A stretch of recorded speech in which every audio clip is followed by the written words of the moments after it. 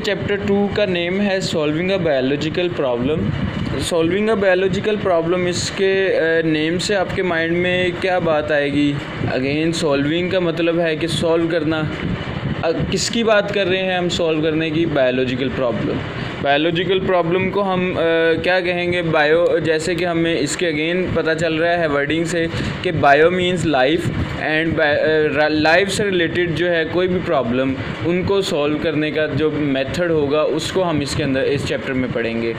अब biological problems life किन में पाई जाती है? लिविंग ऑर्गेनिज्म में। लिविंग ऑर्गेनिज्म का हमें पता है कौन कौन से हैं।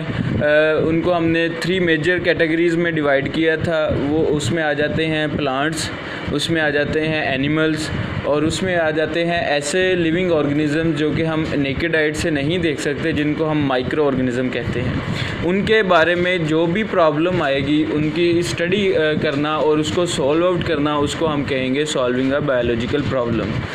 ठीक है जी। अब यहाँ पर हमने चैप्टर 1 में भी पढ़ा था साइंस के बारे में कि what is a science, science क्या चीज़ है। तो हमने उसमें भी ये पढ़ा था कि साइंस किसी भी चीज़ की का मुशाहदा करना और उसके बारे में एक्सपेरिमेंट्स को हम साइंस कहते हैं। तो यहाँ पर भी इसने डिफ़ाइन किया है साइंस को। Science is the systemised knowledge derived from observations and experiments. Means कि ऐसा नॉलेज है, ऐसा स्टेप बाय स्टेप मिलने वाला हमें नॉलेज है जो कि कहाँ से हमें मिलता है? ऑब्जर्वेशन से। हम चीज़ों का जब मुशाहदा करते हैं, उनको देखने से हमें मिलता है। उसके बाद मुशाहदा करने के बाद उसके ऊपर एक्सपेरिमेंट्स हम करते हैं, तब जो हमें नॉलेज मिलता है उसे हम साइंस कहते हैं।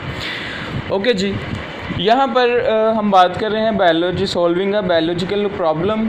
इन बायोलॉजिकल प्रॉब्लम्स को सॉल्व करने का जो मेथड हम यूज़ करेंगे, जो साइंटिफिक मेथड यूज़ होगा, जो साइंस के तरीके को इस्तेमाल करके हम प्रॉब्लम को सॉल्व करेंगे, उस मेथड को हम कहते हैं बायोलॉजिकल मेथड।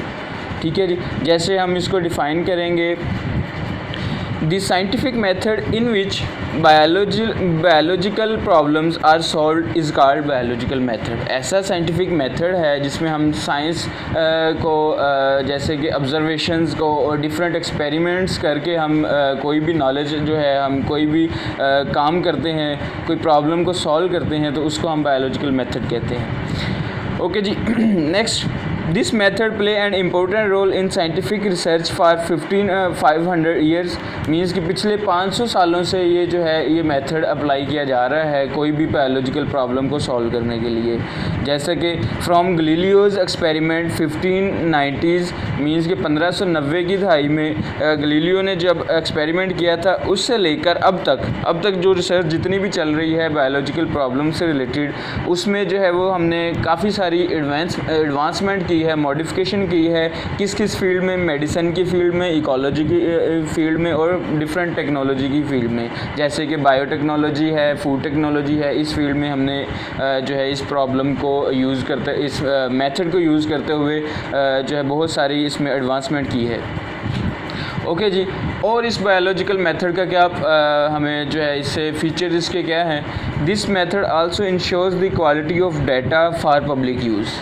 मीन्स कि ये हमें क्वालिटी देता है। टोटल 100% क्वालिटी तो नहीं हम कहेंगे, 99% क्वालिटी हमें देता है कि ये जो प्रॉब्लम है ये यहाँ से आई। इसके बारे में हम, जैसे कि आपकी इस चैप्टर में मलेरिया से रिलेटेड जो है वो बायोलॉजिकल प्रॉब्लम को हमने सॉल्व आउट किया है बायोलॉजिकल मेथड को यूज़ करते हुए, वो हम इसमें डिस्कस करेंगे कि कैसे जो है हमें इस बायोलॉजिकल मेथड ने हमें 100%, ऑलमोस्ट 100% जो है वो डाटा दिया है और उसकी क्वालिटी जो है वो हमें कैसे उसने प्रोवाइड की है पब्लिक यूज़ के लिए।